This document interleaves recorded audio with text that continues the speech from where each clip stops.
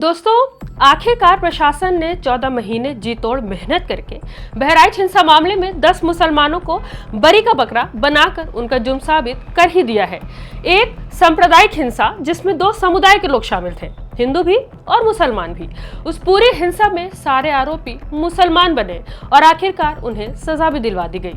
आज एक बार फिर से साबित होता है कि सरकार और प्रशासन चाहे तो तमाम कानूनी दांवपेच लगाकर आपको, आपके पूरे घर को तमाम उम्र जेल की कैद में रख सकते हैं या आपको सजा दिलवा सकते हैं।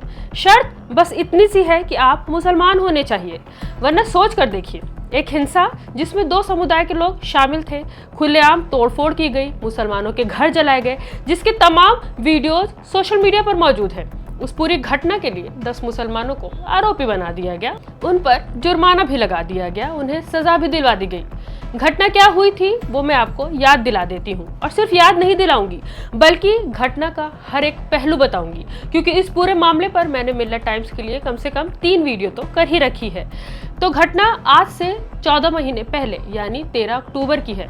बहराइच के महसी तहसील के हरदी क्षेत्र में महाराजगंज कस्बे में मुसलमानों के मोहल्ले में दुर्गा मूर्ति विसर्जन यात्रा निकल रही थी, और जैसा कि हमेशा होता आया है, डीजे पर मुस्लिम विरोधी और मुसलमानों को भड़काने वाले गाने बजाए जा रहे थे, और इसी दौरान आपत्तिजनक गाना बजाने को लेकर 2 समुदाय में कहासुनी हो गई।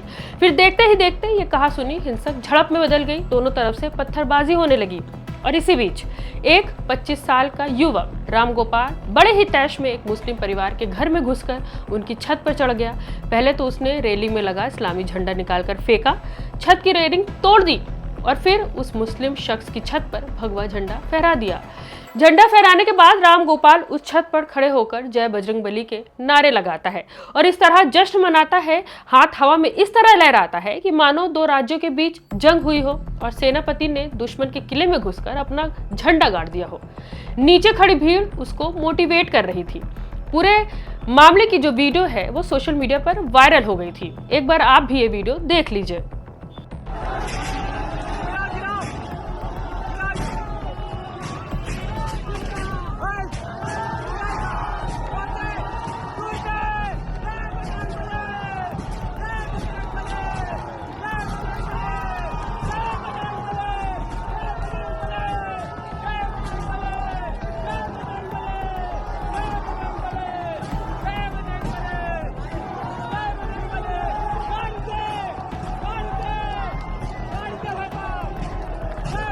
इस घटना के बाद राम गोपाल की गोली लगने से मौत हो गई और हत्या का आरोपी उन लोगों को बनाया गया जिनके घर में राम गोपाल घुसा था।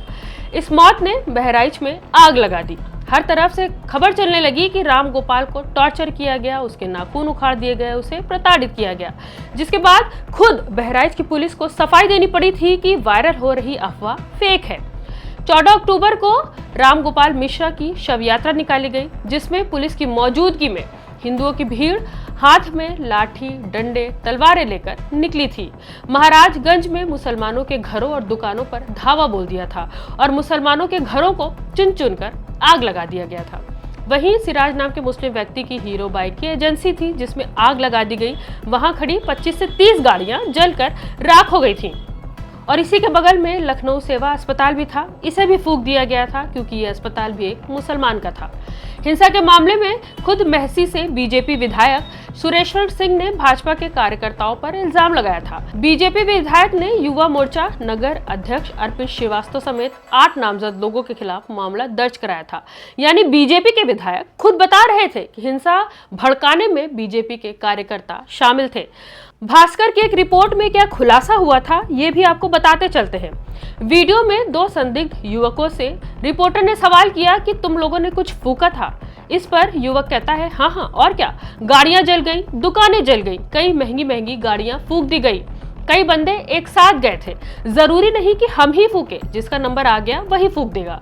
दूसरा युवक प्रेम मिश्रा ने कहा कि कुछ लोगों ने गद्दारी कर दी, नहीं तो पूरा महाराजगंज खत्म हो जाता। इस वीडियो में युवकों ने यह भी कबूल किया कि पुलिस वालों ने टाइम दिया था 2 घंटे का, तभी सारे पुलिस वहां से हट गए थे। ये कैमरे पर रिकॉर्डेड बयान है।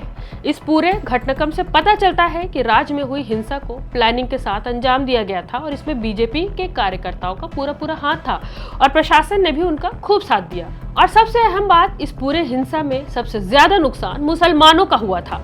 हिंसा में जिनके घर जलाए गए, जिनकी गाड़ियां तोड़ दी गई, जिनका नुकसान हुआ, वो सारे के सारे मुसलमान थे। फिर भी सबसे ज्यादा संख्या में मुसलमान ही अरेस्ट हुए। जुर्म साबित होने से पहले ही उनके घरों पर बुलडोजर चलाकर उसे तोड़ दिया गया, क्योंकि रामगोपाल मिश्रा की हत्या के बाद उत्तर प्रदेश के मुख्यमंत्री योगी आदित्यनाथ ने इस मामले में कठोर कार्रवाई का निर्देश दिया था। अब रामगोपाल की हत्या के आरोपी सरफराज को फांसी की सजा हुई है। कोर्ट ने 9 आरोपियों को उम्र कैद की सजा सुनाई है। आपको बता दें कि सरफराज अब्दुल हमीद का बेटा है और अब्दुल हमीद वो शख्स है जिसकी छत पर चढ़कर रामगोपाल ने भगवा झंडा लगाया था। पूरे मामले में अब्दुल हमीद, सरफराज, मोहम्मद तालिब, फहीम, जिशान, मोहम्मद सैफ, जावेद, शोएब खान, ननकऊ, मारूफ अली सहित 10 लोगों को कल यानी 11 दिसंबर को सजा का फैसला सुनाया गया। सजा दिलाने में सबसे अहम भूमिका उन 12 गवाहों की रही जो घटना के वक्त मौजूद थे, जिन्होंने अदालत के सामने घटनास्थल का आंखों देखा हाल बयान किया। इसमें मृतक रामगोपाल के बड़े भाई हरमिलन, अभिषेक मिश्रा, शशि भूषण और राजन के बयान बेहद अहम माने गए। फैसला आने से पहले तक अब्दुल हमीद कह रहे थे कि उन्हें कोर्ट पर भरोसा है, उनके साथ इंसाफ होगा क्योंकि उन्होंने कुछ भी नहीं किया। लेकिन जब फैसला आया तो वो कुछ और ही निकल आया। फैसला आने के बाद अब्दुल हमीद रो रहे थे, कहने लगे कि इंसाफ नहीं हुआ। वीडियो सुनिए। कुछ कहेंगे, कुछ कहेंगे। सब जी नहीं, कोई इंसाफ नहीं हुआ, इंसाफ नहीं मिला। कुछ कहोगे, तुम कुछ कहोगे सरफराज? हमारे साथ गलत हुआ, बहुत ज्यादा। क्या कहोगे? पूरे मामले में अब रामगोपाल को इंसाफ मिला या नहीं ये मुझे नहीं पता, लेकिन हाँ ये जरूर तय है कि अब्दुल हमीद और उनके परिवार को सजा जरूर मिल गई।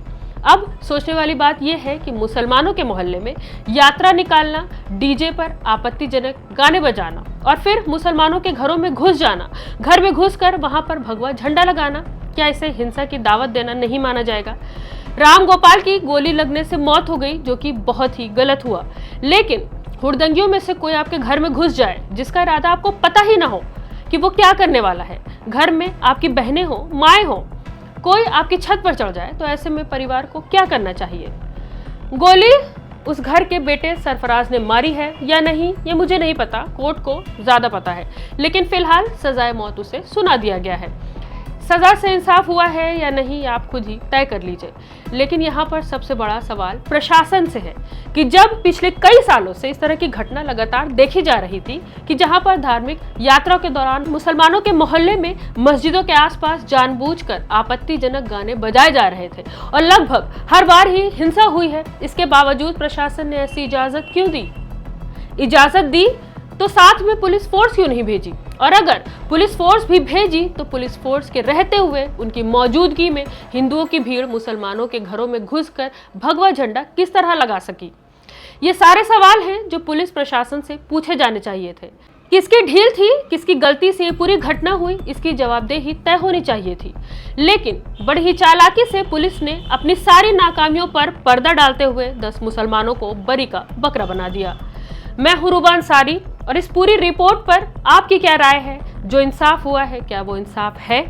आप हमें अपना जवाब कमेंट में साझा कर सकते हैं। देखते रहिए रिपोर्टर मैडम, मैं हूं आपके साथ रूबा अंसारी।